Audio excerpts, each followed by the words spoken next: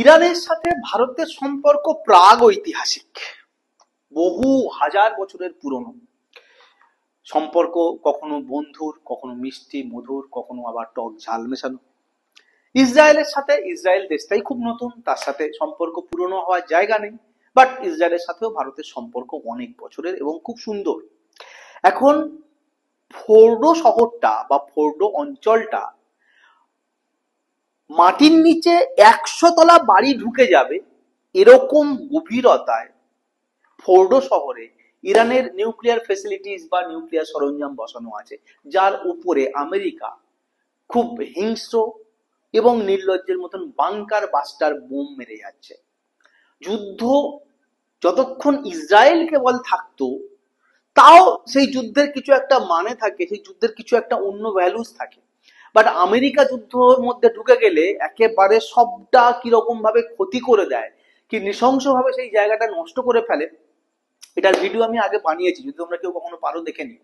ওকে, but এই যে যুদ্ধটা চলছে, যুদ্ধ শুরু হয়ে গেছে, ইরানও রিটালিয়েশনের পথে।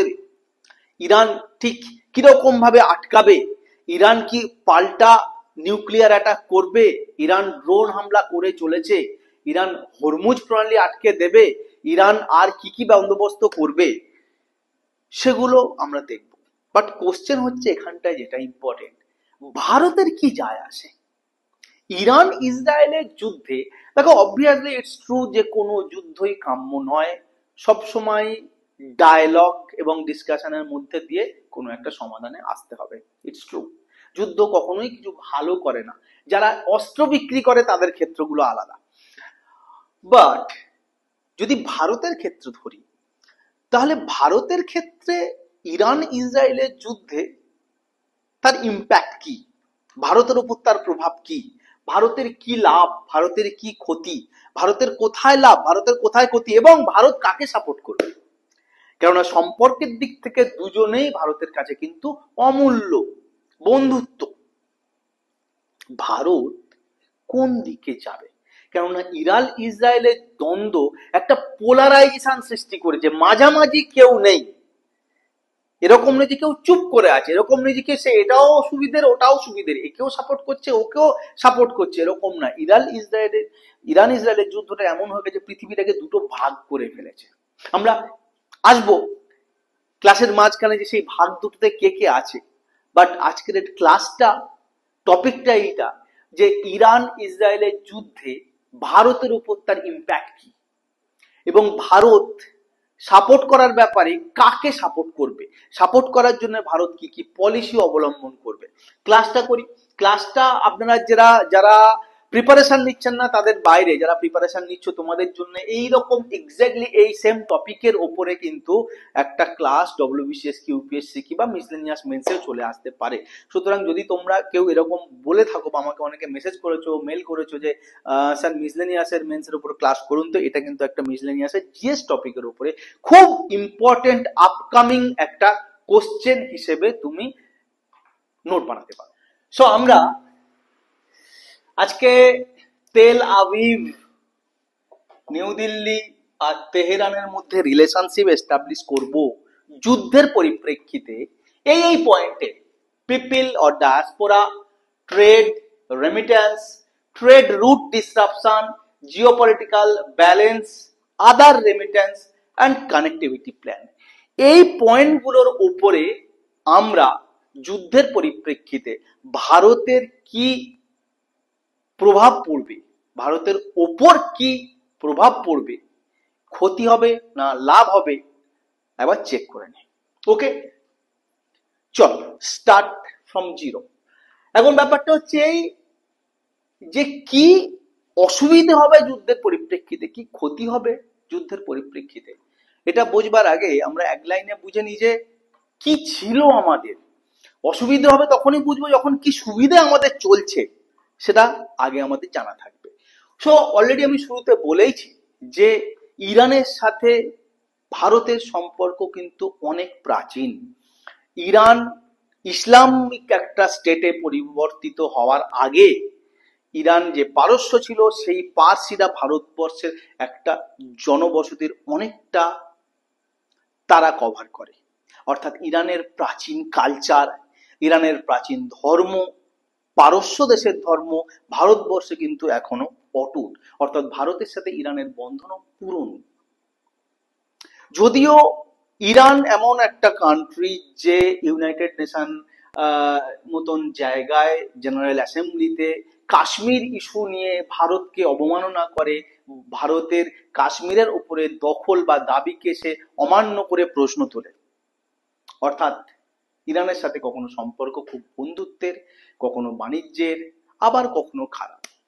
ইসরায়েলের সাথে ভারতের সম্পর্ক নতুন এবং সেখানটায় অনেক বেশি বর্তমানে বলা যায় ডিফেন্স এগ্রিমেন্ট সাইন হয়ে রয়েছে। অর্থাৎ দুদিকেই কিছু সুবিধে অসুবিধে অলরেডি আমাদের রয়েছে। এখন সিচুয়েশন এই যে টোটাল ওয়েস্ট এশিয়াতে ভারতবর্ষের প্রত্যেকটা রাজ্য থেকে প্রচুর পরিমাণে লোকজন ইঞ্জিনিয়ার হিসেবে, ডাক্তার হিসেবে, নার্স হিসেবে, কি বলা যায়, কনস্ট্রাকশন এমপ্লয় হিসেবে, সেখানকার লেবার হিসেবে কাজ করতে যায়, প্রচুর যায়। সেই নাম্বারটা 1,000,000, 10 লক্ষ, 10 মিলিয়ন, অর্থাৎ 100 লক্ষ ভারতীয় আছে ওয়েস্ট এশিয়ায়। স্টিল অপারেশন সিন্ধুর মধ্যে দিয়ে ভারত যে তেল আবিব এবং তেহরান থেকে ইভাকুয়েশন করে সমস্ত ভারতীয়দেরকে নিয়ে চলে আসে, ইরানে 10,000 মাত্র ভারতীয় স্টুডেন্ট রয়েছে, মোস্টলি স্টুডেন্ট, তারা পড়াশোনা করতেই গেছে। ইসরায়েলে সেই নাম্বারটা 25,000। ইসরায়েলে এই নাম্বারটা ভেরি রিসেন্টলি বেড়েছে। তার কারণ প্যালেস্তাইনের সাথে ইসরায়েলের গন্ডগোলের ফলে প্যালেস্তাইনে যে শ্রমিকরা ইসরায়েলে গিয়ে আগে কাজ করতো, সেই জায়গায় এখন ভারতীয় শ্রমিকরা কাজ করছে।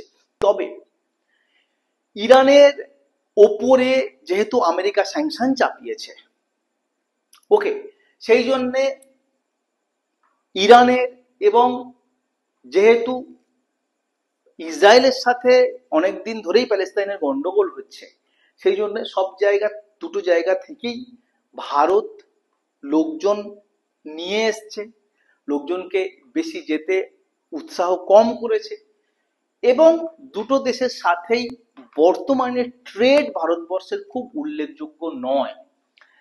তেল আবিবের সাথে অর্থাৎ ইসরায়েলের সাথে 2022 সালে $11 বিলিয়ন ট্রেড হতো ভারতবর্ষে, যেটা এখন কমে হয়ে গেছে 3.4 বিলিয়ন। অর্থাৎ অলরেডি ভারত ইসরায়েলের এই যে প্যালেস্তাইনের সাথে গন্ডগোল, ইসরায়েলের এই যে গাজা স্ট্রিপের উপর কন্টিনিউয়াসলি ঝামেলা, এইসবের পরিপ্রেক্ষিতে ভারত ইসরায়েলের সাথে বাইলেটারাল রিলেশন কমিয়ে দিয়েছে। সেম ইরানের ক্ষেত্রেও ডিউ টু আমেরিকান স্যাংশন, যে ইরানের সাথে ব্যবসা করা যাবে না, ইরানের কাছ থেকে তেল কেনা যাবে না, ইরানের সাথে এইসব চুক্তিগুলো করা যাবে না। ইরানের ক্ষেত্রেও 2017 সালে $14 বিলিয়ন ব্যবসা ছিল ভারতবর্ষের।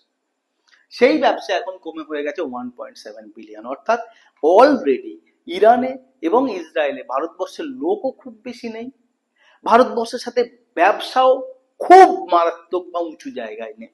এটা একটা আমাদের জন্য পজিটিভ প্লাস পয়েন্ট। ওকে, না আমরা এবারে আসবো রেমিটেন্সের ক্ষেত্রে। দেখো, অবভিয়াসলি যদি সেখানে নানা রকম জীবিকার সাথে ভারতীয়রা যুক্ত থাকতো, তো তারা আমাদের দেশে টাকা পাঠাতো, যে টাকাকে আমরা কি বলি, রেমিটেন্স। আমাদের দেশে অনেকটা টাকা রেমিটেন্স হিসেবে বিদেশ থেকে আসে। আমাদের দেশে রেমিটেন্স ডলারের রূপ নিয়ে আসে, সেই জন্য এটা একটা বড় দেশের ইনকাম হিসেবে ধরা হয়ে থাকে। তো যুদ্ধ যদি হয় তেহরান তেল আবিবের মধ্যে, তাহলে অবভিয়াসলি রেমিটেন্স কিন্তু ভারতের কমে যাবে। ক্লিয়ার? না, আমরা এরপর কোন পয়েন্টে ডিসকাস করব? Trade root disruption.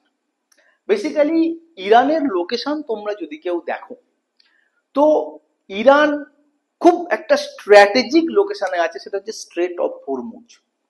তোমরা আরাবিয়ান পেনিনসুলার নিচের দিকে অর্থাৎ সাউথের দিকে ইরানের খুব সুন্দর একটা, কি বলা যায়, ইরানের পজিশনটাই এত সুন্দর যে খুব সহজেই সে স্ট্রেট অফ হরমুজ কন্ট্রোল করতে পারে। স্ট্রেট অফ হরমুজের মধ্যে দিয়ে ভারতের 40 থেকে 50% এনার্জি ইম্পোর্ট হয়। So can you imagine, Strait of Hormuz is so an important strait, যার মধ্যে দিয়ে ইন্ডিয়ার 40 থেকে 50% অলমোস্ট অর্ধেক এনার্জি আমরা ইম্পোর্ট করি, সরবরাহ ওখান থেকে আসে আমাদের এখানে। সো সেটা যদি ডিস্টার্বড হয়, ইরান যদি সেটাকে চোখ করে দেয়, ইরান যদি সেটাকে ব্লক করে দেয়, ইরান যদি সেটাকে ডিস্টার্ব করে, তো দেখো অবভিয়াসলি আমাদের এনার্জি ক্রাইসিস হতে বাধ্য, এবং সেক্ষেত্রে শিপিং মিল বা শিপিং কস্ট অনেক বেড়ে যাবে, সিকিউরিটি অনেক বেড়ে যাবে, ইন্স্যুরেন্স অনেক বেড়ে যাবে, এবং যার ইম্প্যাক্ট ডাইরেক্টলি কিন্তু ইন্ডিয়ার উপর এসে পড়বে। এনার্জি ক্রাইসিস হবে, অয়েল প্রাইসের বৃদ্ধি পাবে, সবকিছুর দাম বেড়ে যাবে, এবং ইনফ্লেশন তৈরি হবে, আনএমপ্লয়মেন্টও তৈরি হবে। So it's very important matter যে স্ট্রেট অফ হরমুজের কারণে ভারত কিন্তু খুব একটা সেন্সিটিভ জায়গায় রয়েছে এনার্জি ইম্পোর্টের পরিপ্রেক্ষিতে। ক্লিয়ার? নাও আমরা আসবো জিওপলিটিক্যাল ব্যালেন্সের ক্ষেত্রে। জিওপলিটিক্যাল ব্যালেন্সটা আমি শুরুতেই ডিসকাশন করলাম যে কিরকম ভাবে ইরান ইসরায়েলের যুদ্ধটা একটা ওয়ার্ল্ডকে পোলারাইজ করে দিয়েছে। কেউ এরকম নেই, দ্বিতীয় বিশ্বযুদ্ধের সময় যেমন ভারত ন্যাম নন অ্যালায়েড মুভমেন্ট ছিল, যে আমি এদিকেও যাব না, রাশিয়ার দিকেও যাব না, বা আমেরিকার দিকেও যাব না, আমরা এক্সট্রিম লেফট হব না, এক্সট্রিম ক্যাপিটালিস্ট হব না, একটা মাঝামাঝি পাথ অবলম্বন করব।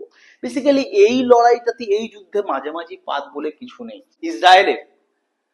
ইসরায়েলকে সাপোর্ট করছে G7 কান্ট্রিজ, ওকে, ইসরায়েলের নিজেকে প্রোটেক্ট করার ক্ষমতা রয়েছে, এবং ইরান ভাবেই যে এনপিটির চুক্তিগুলো আছে, নন প্রলিফারেশন ট্রিটি, তাতে সে ডোমেস্টিক বা মানুষের সিভিলাইজেশনের কাজে ব্যবহৃত হবে, এর বাইরে সে কোনোভাবেই যেন পারমাণবিক অস্ত্র বা পারমাণবিক ক্ষমতা যুদ্ধের কারণে ব্যবহার না করতে পারে, এই ভয়ে, এই আশঙ্কায়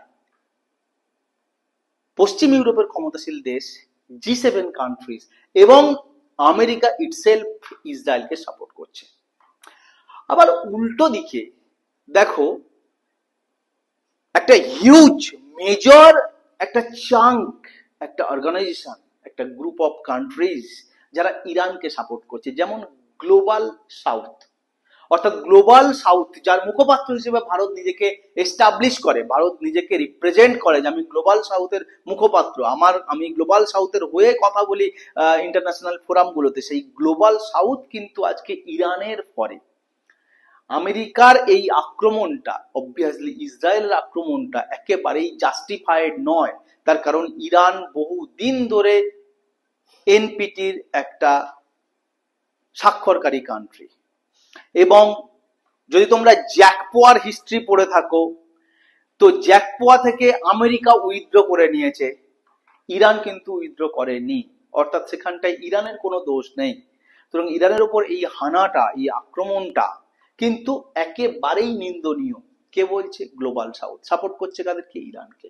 সাংহাই কোঅপারেশন অর্গানাইজেশন, এশীয় টিমটা পুরোপুরি কিন্তু ইরানকে সাপোর্ট করছে। ব্রিক্স কান্ট্রিজ, ইন্ডিয়া ছাড়া রাশিয়া, চায়না, সকলে কিন্তু ইরানকে সাপোর্ট করছে। এমনকি ব্রিক্স এর যে নতুন মেম্বার যারা হতে চলেছে, যেমন ধরা যাক ইন্দোনেশিয়া, যেমন ধরা যাক ইরান ইটসেলফ, ওকে, এরা কিন্তু কেউ ইসরায়েলকে সাপোর্ট করছে না, সকলে ইরানকে সাপোর্ট করছে। সেই জায়গায় ভারতের মতন একটা কান্ট্রি, যে এশিয়ার একটা মেম্বার, যে ব্রিক্সের একটা মেম্বার, সেই জায়গায় দাঁড়িয়ে ইরানকে সাপোর্ট করবে কি করবে না, এটা একটা খুব ক্রুশিয়াল পয়েন্ট, খুব ক্রুশিয়াল কোশ্চেন। তার কারণ ভারত যে গ্রুপগুলোতে রয়েছে, সেই গ্রুপের বাকি মেম্বাররা কিন্তু ইরানকে সাপোর্ট করছে খোলাখুলি ভাবে। ইম্পর্টেন্ট হচ্ছে GCC, Gulf Cooperation Countries. Bharat directly জিসিসির কি মেম্বার? আমাকে কমেন্ট সেকশনে জানাও। বাট ভারতের সাথে জিসিসির একটা খুব বড় রিলেশন রয়েছে, তার কারণ ওয়েস্ট এশিয়াতে গালফ কান্ট্রিগুলোতে ভারতের প্রচুর লোক কাজ করতে যায়, 10 মিলিয়ন পিপল, প্রচুর রেমিটেন্স আসে, ভারত সেখান থেকে প্রচুর পরিমাণে পেট্রোলিয়াম নিয়ে আসে, এনার্জি সরবরাহ করে ভারত সেই কান্ট্রিগুলো থেকে ভারতের চলার জন্য। তো আজকে ভারতের একটা ডিসিশন কিন্তু ইম্প্যাক্ট ফেলতে পারে কোনো একটা ডিসিশন পুরো গালফ কোঅপারেশন কান্ট্রির দেশগুলোর উপরে। কেননা জিসিসি কিন্তু অনেকটা ইসলামিক ট্রেন্ড ফলো করবে। আবার ভারত এমন একটা কান্ট্রি যে প্যালেস্তাইন জন্মানোর পরে বা প্যালেস্তাইনকে রাষ্ট্র হিসেবে মর্যাদা দেওয়ার পরিপ্রেক্ষিতে নন আরব কান্ট্রিগুলোর বাইরে ভারত একমাত্র কান্ট্রি ছিল যে প্যালেস্তাইনকে দেশ হিসেবে স্বীকৃতি দিয়েছিল। সুতরাং ভারত বরাবরই এরকম দুদিকেই খুব সমানভাবে ক্যালিব্রেট করেছে রিলেশনশিপ এবং দুদিকেই খুব ক্রুশিয়াল ইম্পর্টেন্স তার কন্ট্রিবিউশন রেখেছে। আজকে কোনো কারণে ভারতের কোনো একটা স্টেপে, কোনো একটা ডিসিশনে যদি গালফ কোঅপারেশন ক্ষুণ্ণ হয়, যদি ওয়েস্ট এশিয়া ক্ষুণ্ণ হয়, সেক্ষেত্রে মনে রাখতে হবে যে ওয়েস্ট এশিয়া থেকে ভারতের 40% রেমিটেন্স আছে, 54% অয়েল ইম্পোর্ট হয় এবং $170 বিলিয়ন ট্রেড হয় ওয়েস্ট এশিয়ার সাথে ভারতের, যা কিন্তু ইম্প্যাক্ট। যুদ্ধ যদি কন্টিনিউ হয়, যুদ্ধ যদি চলতেই থাকে, তাহলে ভারতের কিছু মেজর প্ল্যান রয়েছে, কানেক্টিভিটি প্ল্যান। যেমন ভারত প্ল্যান করছে India Middle East Europe Economic করিডোরের, ভারত প্ল্যান করছে নর্থ সাউথ ট্রান্সপোর্ট করিডোর, যা ইরান, আফগানিস্তান, সেন্ট্রাল এশিয়া, ইউরেশিয়ার মধ্যে দিয়ে যাবে। ভারত চেষ্টা করছে যে ভারতের পণ্য, ভারতের সার্ভিস, ভারত পাকিস্তানকে বাইপাস করে আফগানিস্তান, ইরানের মধ্যে দিয়ে পৌঁছে যেতে চাইছে কোথায়? ভূমধ্যসাগরীয় দেশগুলোতে পৌঁছে যেতে চাইছে কোথায়? ভারত ইউরোপে। পাকিস্তানকে যেহেতু ভারত বাইপাস করতে চাইছে, তো এই যে পুরো প্ল্যানটা সেটা ডিসরাপ্ট হয়ে যাবে, সেটা একেবারে বসে যাবে। ভারতের যে কানেক্টিভিটি প্ল্যান, ভারতের যে ট্রেড কনসেপ্ট, ভারতের যে আগামী 10 বছর, 15 বছর, 20 বছরের ভিশন, সেটা কিন্তু ধ্বংস হয়ে যাবে। ইভেন চাবাহার পোর্ট, যেটা ভারত ইরানে বানিয়েছে অনেক দিনের একটা স্বপ্ন নিয়ে এবং অনেকটা ইনভেস্টমেন্ট নিয়ে, সেটাও আজকে থ্রেটের সামনে দাঁড়িয়ে আছে ইসরায়েলি বোম্বারিং এর। সুতরাং অনেকগুলো ইস্যুতেই ভারত কিন্তু আটকে গেছে বা ভারত কিন্তু সমস্যায় পড়তে পারে যদি ইরান ইসরায়েলের যুদ্ধ কন্টিনিউ হয়। সো ভারতের ডিসিশন কি নেওয়া উচিত এর পরিপ্রেক্ষিতে? ভারত ইসরায়েলকে সাপোর্ট করবে, কেননা অনেকটা বেশি ভারতের সেখানটায় আর্মস ডিল রয়েছে, নাকি ভারত ইরানকে সাপোর্ট করবে, তার কারণ ভারতের সাথে ইরানের রিলেশনশিপের উপরে, ভারতের ডিসিশনের উপরে ডিপেন্ড করে ওয়েস্ট এশিয়ায় অনেক রকম ইম্প্যাক্ট ভারতের উপর পড়তে পারে, তা তোমরা কমেন্ট সেকশনে জানাও। So this is all about today's class. আমি চেষ্টা করব ইন্ডিয়া ইরান রিলেশনশিপের উপর আরেকটা ক্লাস করাতে, কেননা সেটা অনেকটা লম্বা story. Even India Iran, India Israel relationship, এটা তো জাস্ট যুদ্ধের ফলাফল হিসেবে ক্লাস করলাম, বা এই রিলেটেড বা আমেরিকার ইম্প্যাক্ট, আমেরিকা এর মধ্যে ঢুকে কোন ক্ষতিটা করবে, ইরানের কোন ক্ষতিটা করবে মানব সভ্যতার, সেটার উপরেও একটা ক্লাস করানোর ইচ্ছে রাখি। তোমরা বলবে কিসের ওপর তোমরা ক্লাস চাইছো, আগামী ক্লাস কিসের ওপর করলে ভালো হয়। এছাড়া একটাই অনুরোধ যেটা আমাদের থাকে ফ্রম সিভিল সার্ভিস ফর দেশি গাইজ, যে তোমরা বেশি করে ইউপিএসসি পরীক্ষা দাও, বেশি করে সিভিল সার্ভেন্ট হও, সেন্ট্রাল গভর্নমেন্টের বড় বড় পোস্ট গুলোতে তোমরা বাঙালি ছেলেমেয়েরা ভরে যাবে, এটাই আমাদের স্বপ্ন। তার জন্য কোনো সমস্যা, কোনো ক্যারিয়ার কাউন্সেলিং, কোনো পার্টিকুলার টপিকে পড়ানো, কোনো সাবজেক্ট বোঝানো, কোনো বিষয়, যে কোনো বিষয় যা তোমরা বোঝো না, আমাদেরকে মেল করো, আমরা সেই সাবজেক্টটা তোমাদেরকে পড়িয়ে দেবো। জলের মতন বাংলা ভাষায় বাংলা করে বুঝিয়ে দেবো। ওকে, বেস্ট অফ লাক।